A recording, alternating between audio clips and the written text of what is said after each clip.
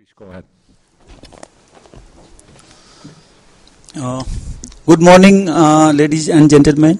I bring greetings from the holy city of Varanasi, India, to all of you, the city of Lord Shiva. And I'm going to present my paper on deworming the patient reduces surgical site infections in a developing country. I work in Banaras Hindu University. When solving problems, we should dig at the roots instead of just hacking at the leaves. That's a great saying by Anthony. I'll just give an example that Ignaz Semmelweis, he was an Austrian obstetrician. He demonstrated that just by washing hands between two deliveries, it reduces the maternal mortality by 10%. His colleagues did not believe him. Today, even WHO is emphasizing on significance of washing hands. When we are examining many patients in between, we should wash our hands to prevent transmission of infection. When I was a student, I used to read Valley and Love Short Practice of Surgery. Nowhere the name of Ignaz Semmelweis was mentioned. But today, when I was reading the latest edition of Valley and Love, his name is mentioned there with respect. So that is one example how simple things can reduce infection. What I want to emphasize is the role of parasitic infestations in producing infection, and if we deworm the patient, we can reduce infections. According to a World Health Organization report, about 25% of the world's population is suffering from worm infestations, not only in developing countries but also in developed countries. So 25% is a huge amount of people. Now, these are the various kinds of parasites which are present and we see in our Indian patients, especially roundworms, hookworms, threadworms, and especially the amoebiasis. And if we search carefully, each and every individual is having some or other infection in his body. And this is Entamoeba histolytica. We can see a lot of ulcerations. Filariasis is very common. You know, we have got huge number of patients suffering from filariasis. Whenever a patient comes to me with fractured neck femur, elderly male, he is invariably having filarial hydrocele, large hydrocele associated with filariasis. So this is a very common infestation in our country, and almost all elderly patients who come to me in Banaras Hindu University are having filarial hydrocele. Whenever they come for trochanteric fracture or neck femur fracture, that is invariably associated. And the overall prevalence of intestinal parasitic infestation in India is about 50% in urban population and 68% in rural population. That is the report in the Indian Journal of Medical Research published.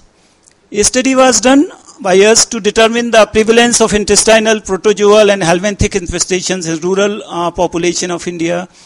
And the overall prevalence of various parasitic infestation was found to be 97.4%.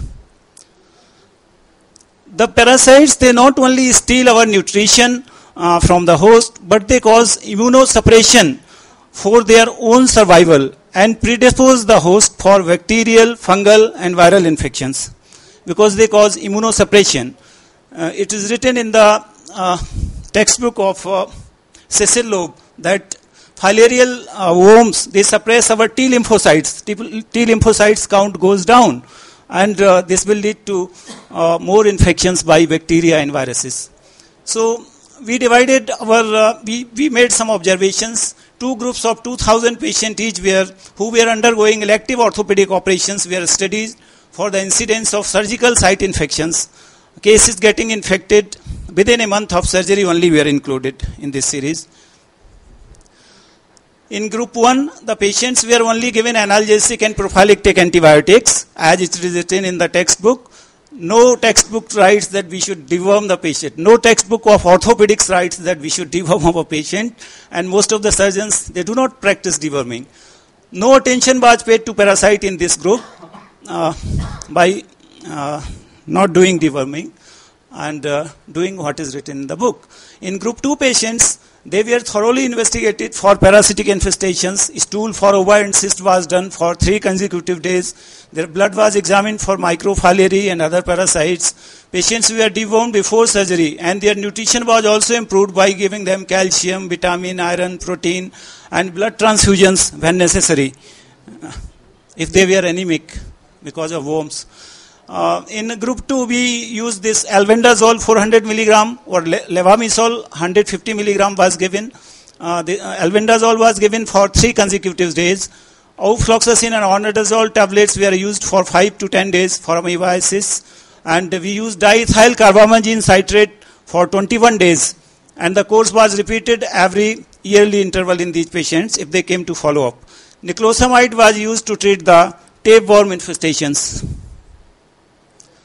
Now, deworming of all the family members was also encouraged, because if one person is suffering in the family, we know that others are likely to suffer.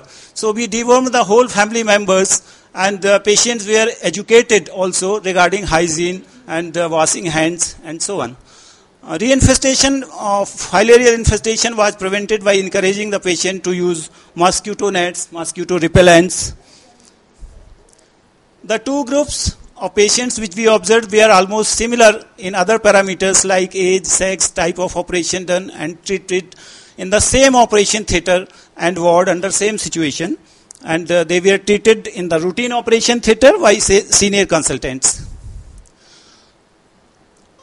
Out of 2,000 patients, this is the statistics of infestations which we were able to detect in our patients. 460 had filariasis, 400 had amoebiasis, 220 had giardiasis, 230 had both amoebiasis and helminthic infestations, 110 had ascariasis, and 120 had hookworms. 330 had other infestations like H. nana, Taenia solium, ascaris, A. duodenale, threadworms, and 200 had tropical eosinophilia, probably due to occult filariasis. The incidence of surgical site infestation, this surgical site infection was 13% in the undewormed patient. If we didn't deworm, no attention was paid to parasites, and it was only 0.2% in the dewormed patient, and the difference was statistically significant. These were the various organisms which were detected in our infected patients. Staphylococcus aureus was the most common organism, followed by others. This is the type of surgery which we performed and observed the patient in both the groups. Both the groups were almost similar. These are some of the cases showing infection where we did not deworm the patient. You can see the discharging sinus there. These are the undewormed patient where attention is not paid to the parasite. Here the spinal surgery has been done. The patient has developed a lot of infection and bed sore. This nail is also infected. You can see the loose screw. This child, the cava is infected. Here infection developed which was treated by cement loaded with antibiotic weeds. The plating got infected, like this nail got infected. So these are the examples how these patients they developed. This shows large hydrocele in patient. Again, infected patients with discharging sinus. This implant also got infected. You can see this wound along with infection. Infected dynamic hip screw. So infection is very common in our country. Incidence varies from hospital to hospital, from place to place, and so it is concluded that in developing countries, surgeons should see the patient as a whole and not through the hole. Deworming reduces the rate of surgical site infection in the developing countries, especially tropical countries where parasitic infestations are very high. So thank you for your kind attention.